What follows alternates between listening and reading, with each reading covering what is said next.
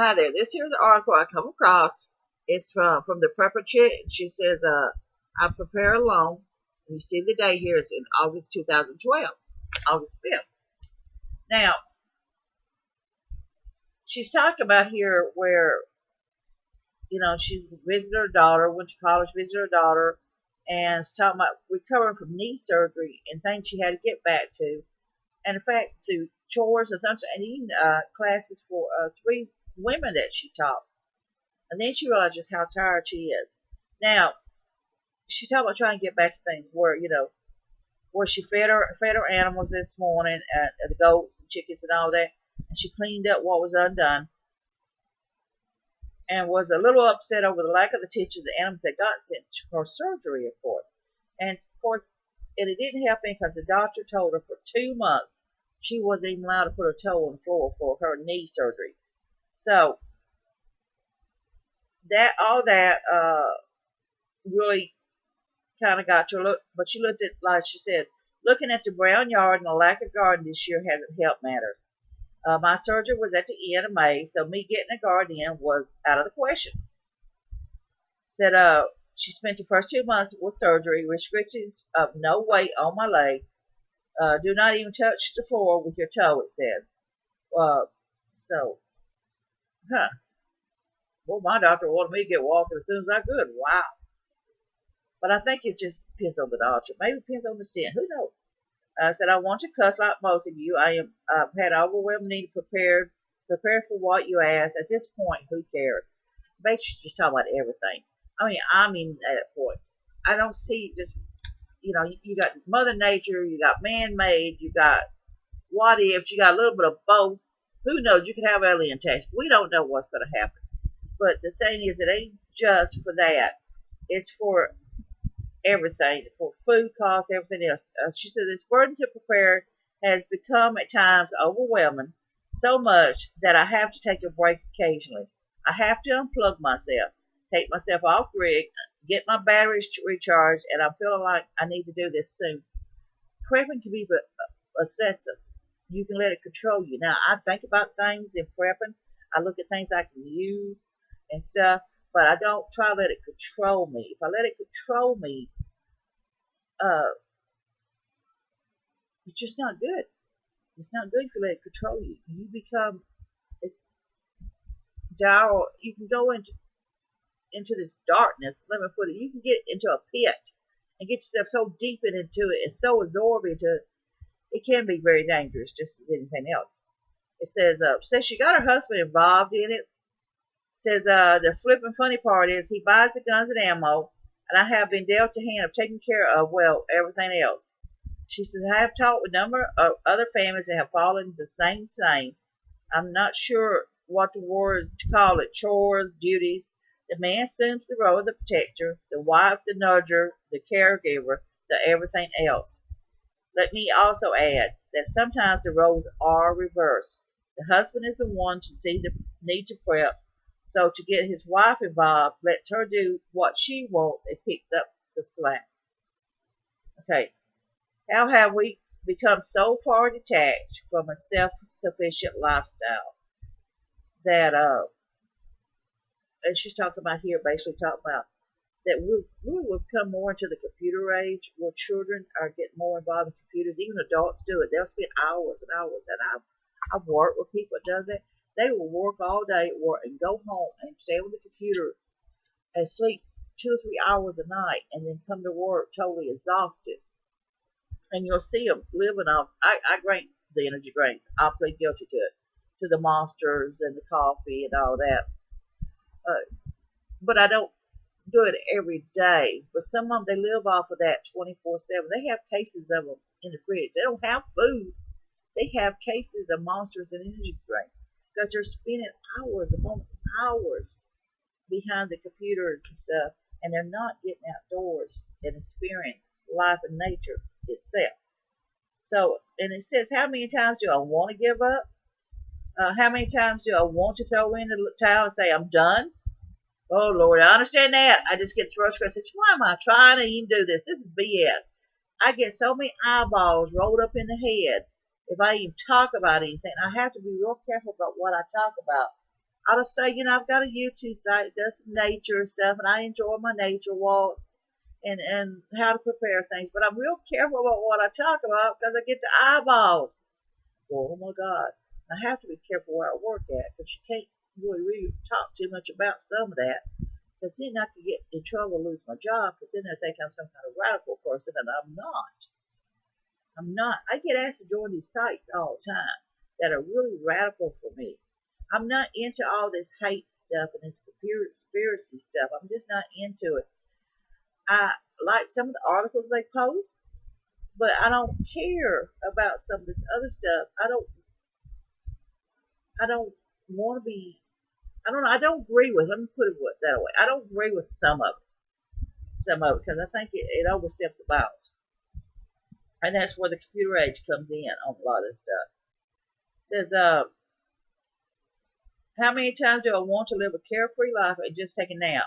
How many days am I agitated to all heck and lack because I can't move my flipping knee and get my garden planted? How many times do I want to scream and yell and fall on the floor and kick my legs and flail my arms and have a hissy fit? How many times do I want to erase all the stuff in my head, all the reasons, all the worries that I am blasted with each day after day? How do I know when enough is enough? Will enough ever be enough? There's just not enough time. Enough, enough, enough. You never know what's enough. So like I said, you never can be totally prepared. Some of them keeps on adding on to it, and that's fine. But how much is enough? 400 guns? Do you need 400 guns?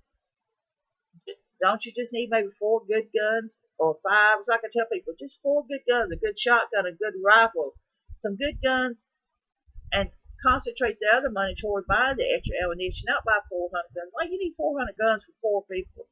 That's something I never understood. The same way with some of the other stuff that you can become very accessible and prepping things you don't even need because you think you need it because you've seen it on sale and you want to buy it. So you're going to buy it because you think you need it, and you don't really need it at all because you become so obsessed. It says, do I need to do this? I've forgotten that. Oh no, a solar flare. But wait, I'm not ready. It don't matter what it is, you're never totally ready. And you never know where you're going to be at when it happens. It says, every day, 100 times, every day, 1,000 times every day. Then she takes this deep breath and says, there comes a point in time when you realize that all you can do is do what you can do. I don't have the best and most stockpile of food. I don't have enough of this or enough of that, but I have what I have. That's all you can do is have what you have and just try to do what you can the best way you can. Like I say, it's important to learn other areas, other things. You don't have to be an expert at it. Keep your books on hand, keep your notes on hand, whatever you need to do to learn this stuff and refresh your stuff from time to time and open it up and reread those notes to remind yourself because you can't forget about things. It says, my family does not want to prep the way that I think we should. It's a fact of life right now. Do I hope they change? Yes, and before long, thank you very much. My daughter is deep in the colleges, the boyfriend's life in general. The youngest son will seriously just play video games all day long if I would let him. The oldest son is in college, has a new girlfriend, and is more concerned with the coolest sunglasses out there than staking cucumbers so they don't rot. And then there's the new grandbaby due in September from the second oldest son. But if they don't, I will continue preparing alone. Will I continue to sneak things in and catch them unaware? Damn right I will, it says.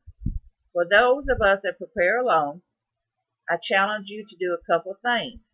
If you like me, you think you're invisible, but we aren't. We have a ton of knowledge in our brains on how to survive in a multiple situation. But what happens if something would happen to me?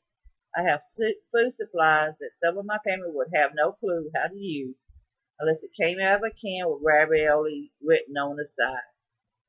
Put together a recipe book on how to use your food preps, how to make fires with fancy little plots of cotton balls soaked in Vaseline, And don't do it for you. Do it for those you love. Talks about, so that's a good idea, recipes that you can make, and talk about the cotton Vaseline, soaked in Vaseline and stuff for it. So you can lie down and quit. You can curse God at the unfairness of it all, or you can pick up your chin, prep for pride fashion, and get your prep on. The choice is yours. Personally, I hope I never have to utilize my preps, but I'd rather have them and not need them than need them and not have them. You heard that? I will continue to pair with others in my thought. After a while, what's one more 5-gallon pail of flour anyway? I might only vacuum seal 84,903 chocolate bars, and I might not pack that one just for whatever. Makes me mad, and I might not even pack extra socks for you either. Life isn't fair, but someday someone will survive because of it. Bless all your lonely preppers out there, but keep on prepping on and on. The thing is that even with all the fancy gadgets and stuff,